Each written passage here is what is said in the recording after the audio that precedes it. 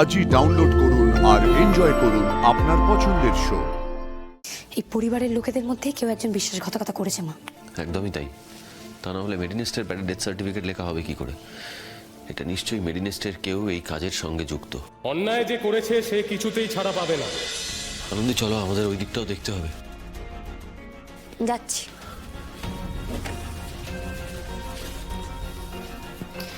অনেক বড় একটা যুদ্ধে নামতে হবে দময়ন্তী। আমার অনেক সৈন্য লাগবে। প্লিজ তুমি আমার পাশে থেকো।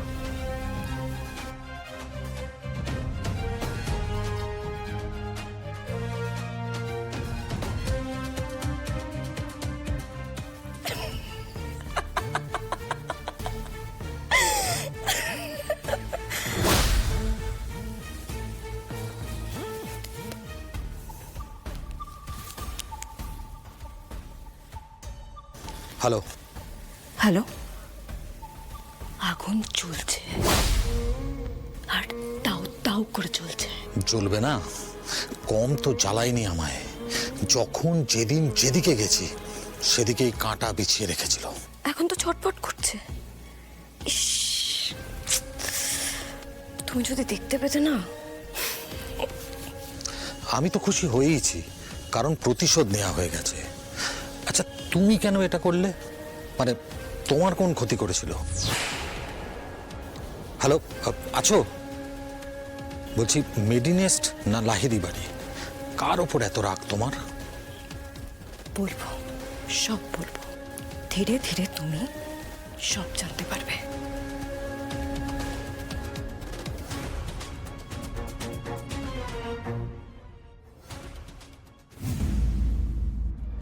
এই রকম একটি অন্যায় ঘটনা এই শহরে ঘটে যাওয়াটা কোনোভাবেই কাম্য নয়। আমরা আপনাদের সত্যিটা জানাবো, জনসাধারণকে সতর্ক করব এবং প্রশাসনের কাছে উত্তর চাইবো যে আমাদের নিরাপত্তা নেই কেন। আমাদেরকে কিছুই জানতে দেওয়া হচ্ছে না, যেখানে আমাদের জানার সম্পূর্ণ অধিকার রয়েছে। না, আপনারা এখান থেকে বেরিয়ে যান। এখানে ভিড় জমায়েত করা যাবে না। আমরা সত্যিটা জানলে প্রশাসন নড়ে বসবে এবং মেয়েটি জাস্টিস পাবে। প্লিজ আমাদের যেতে দিন, আটকাবেন না। আপনারা বেরিয়ে যান, বলছি তো বেরিয়ে যান এখান থেকে। আপনারা এইভাবে সাংবাদিকদের মুখ বন্ধ করতে পারবেন না। বলুন বলুন কি ঘটেছে। আচ্ছা আচ্ছা আচ্ছা, আমরা এইভাবে ঢুকবো না। আপনারা আগে জেনে আসুন যে সাংবাদিকদের কখন অ্যালাউ করা হবে। আমরা ঠিক সেই সময় আসবো। কোনো কিছু জানাবার হলে আপনাদের ডেকে নেওয়া হবে। এখন আপনারা যেতে পারেন। আমরা সমস্ত খবর পেয়েই এখানে এসেছি, আর আমরা খবর নিয়েই যাব। আপনারা কিচ্ছু লুকাতে পারবেন না। আপনারা দেখবেন যেন কেউ ভেতরে না আসতে পারে, কাউকে যেন ভেতরে অ্যালাউ না করা হয়।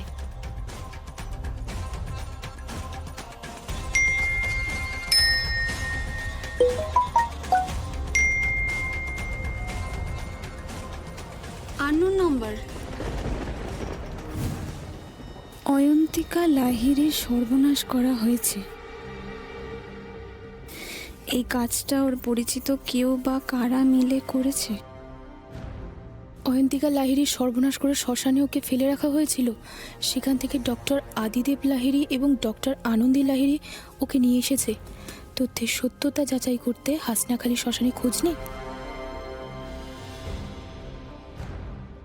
এ কি, এভাবে ভিকটিমের ছবি ইনফরমেশন লিক করলো কে? এটা কার নাম্বার? না না, এই খবরটা দেখানো যাবে না। সাংবাদিকতার একটা ন্যায় নীতি বলে তো কিছু একটা আছে নাকি? আমাদের হাউস এটা অ্যালাউ করবে না। আরে এটাই তো ব্রেকিং নিউজ, আর সবার আগে এই নিউজটা আমরাই ব্রেক করব। শুধু তার আগে একবার ভেরিফাই করে নিতে হবে। আপনারা আমাদেরকে কিছু জানতে দেবেন না, তাই তো? আমরা কিন্তু সবটা জেনে গেছি, এমনকি আমরা ছবিও পেয়েছি। দেখুন,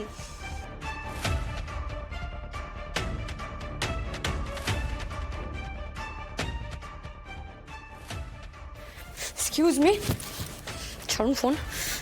নিন, ধরুন। আপনাদের মতন সাংবাদিকরা আছে বলি না সাংবাদিকতা এতটা বদনাম হয়। কেমন মানুষ আপনি?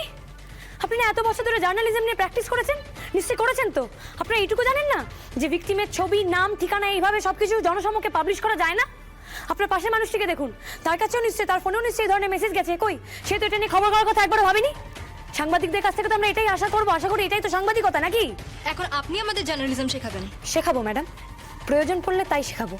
যেটা জানেন না সেটা শিখে নিন, তারপরে হাতে বুম ধরবেন। আপনারা তো সাংবাদিক, সবচেয়ে বড় কথা তার আগে তো আপনারা মানুষ। কেমন মানুষ আপনারা? নিজেরা ব্রেকিং নিউজ করার চক্করে একটা মানুষের এভাবে সর্বনাশ করে দিচ্ছেন।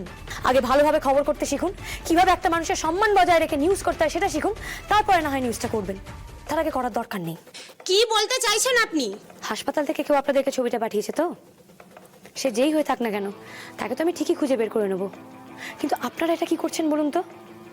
আপনারা যদি সত্যি সাংবাদিক হয়ে থাকেন, যেটা বললাম, যদি সত্যি মানুষ হয়ে থাকেন, তাহলে তো সবার আগে চেষ্টা করবেন যার সাথে এই অন্যায়টা হয়েছে তাকে বিচার দেওয়ানোর, তাই না? এইভাবে অহেতুক তার ছবি সবার সামনে বের করে হ্যারাস করতেন না নিশ্চয়ই? সেটাই তো আমরা আপনাদের কাছ থেকে আশা করব। আর যদি সেই কাজটা করতে না পারেন, তাহলে তো আপনারা সাংবাদিক নন, সাংবাদিকদের নামে আপনারা কলঙ্ক। আশা করি এবার বুঝতে পারছেন যে আমি কি বলতে চাইছি।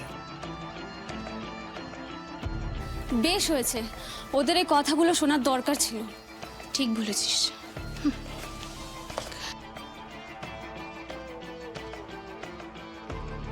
দক্ষিণ কলকাতার একটি বিখ্যাত ডাক্তার পরিবারের মেয়ের উপর হয়েছে নৃশংস অত্যাচার। এই মেয়েটি হাসপাতালে মৃত্যুর সঙ্গে লড়াই করছে। উনি এখনো অচেতন, ওনার জ্ঞান আসেনি, তার জন্য আমরা আপনাদের জানাতে পারছি না যে এই ঘটনার পিছনে কারা রয়েছে। কিন্তু আমরা কড়া নজর রেখেছি, যে বা যারা এই ঘটনাটি ঘটিয়েছে তাদেরকে পুলিশ ছাড়বে না।